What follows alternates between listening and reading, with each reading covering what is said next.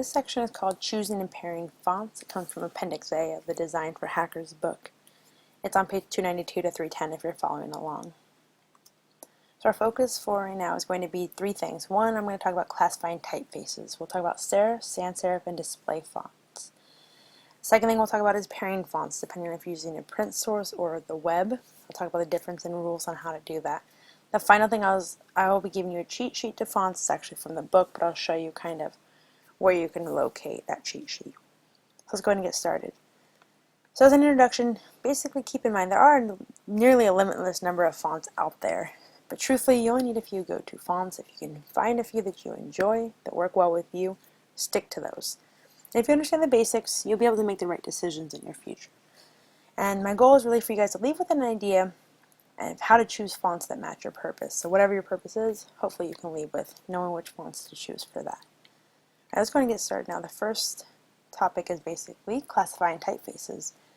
Again, there's three of them: serif, sans serif, and display. In the serif, we'll quickly just mention there are four different subsections, which is old style, transitional, modern, slab serif.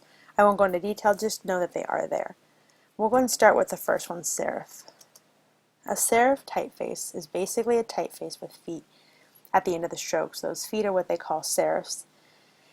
Using a picture will probably help you a little bit better. The word serif there on the right is actually written in a serif font. You'll notice at the end of the strokes there's a bit of a decorative piece that's called the feet.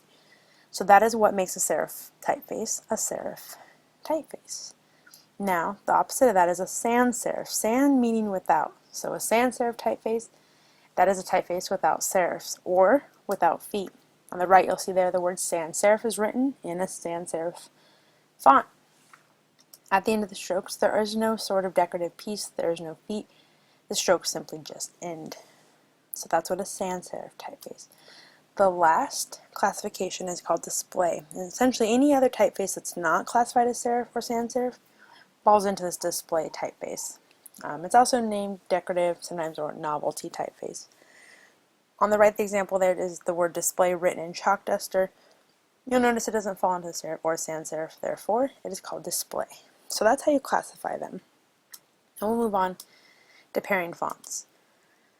When it comes to pairing fonts, you could choose to pair a font, or you might stick to just one font.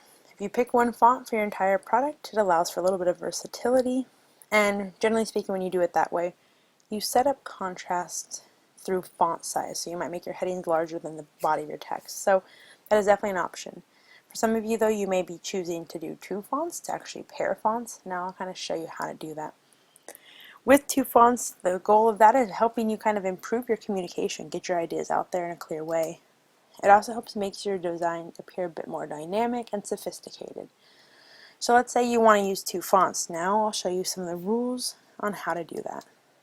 So the rules for pairing font. The first one is you never want more than two fonts. And with that being said, you want one of them to be serif font and the other to be a sans serif font. Here's an example. Baskerville mixed with Arial follows the rule. Baskerville is written in a serif font with the feet. We've got Arial below that. That is a sans serif font. No feet on those. So that would be a correct way to pair fonts. Another rule you want to keep in mind is not to use two of the same family if you're pairing fonts. It's a bit confusing and there's not really much variety. So I'll give you an example here on the right. Helvetica Tahoma, those are two sans serif fonts. Very similar, so putting two of those into one presentation wouldn't make much sense. A little bit confusing for the viewer, so you want to stay away from two of the same family. Now, the rules change a bit. If you're using print, so whatever it is you're presenting is going to be printed or handed out, you're going to want to follow these rules. First one is you're going to want for your titles and headers on your printed page to be in sans serif, and the body of your text should be written in serif.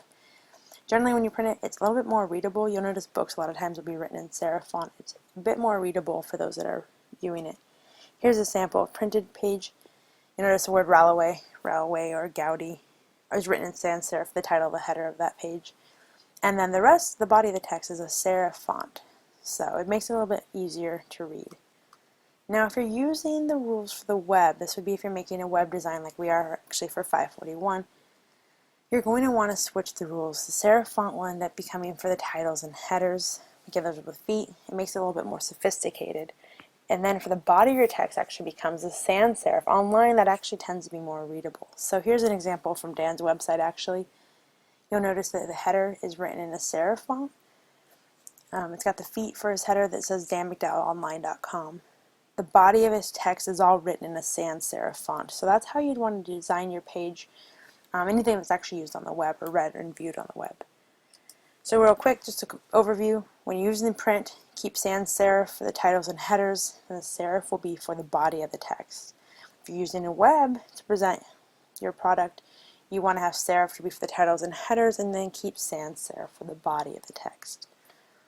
Alright, the last thing is this cheat sheet I kind of talked about. This is actually one of my favorite parts. It's found on 308 to 309 of the book. But this is a sheet that you would use. For example, let's say you want to use Palatino. This is actually what my presentation was in. All my headings were. If I did Palatino, it shows you it's good for the print and also the web, so you could use them for both. And on the right, it shows you what it pairs well with. Lucida Grande is actually what my presentation was used in, but I could have also chose Gil Sans, Verdana, Dahoma.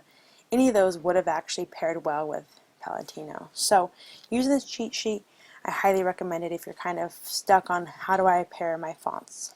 So real quick overview, remind you, we talked about classifying typefaces, serif, sans serif, and display. We talked about pairing our fonts, the print versus the web, and then I showed you that cheat sheet. So hopefully you have a clear idea of kind of what it's like to pair and choose your fonts. Thank you.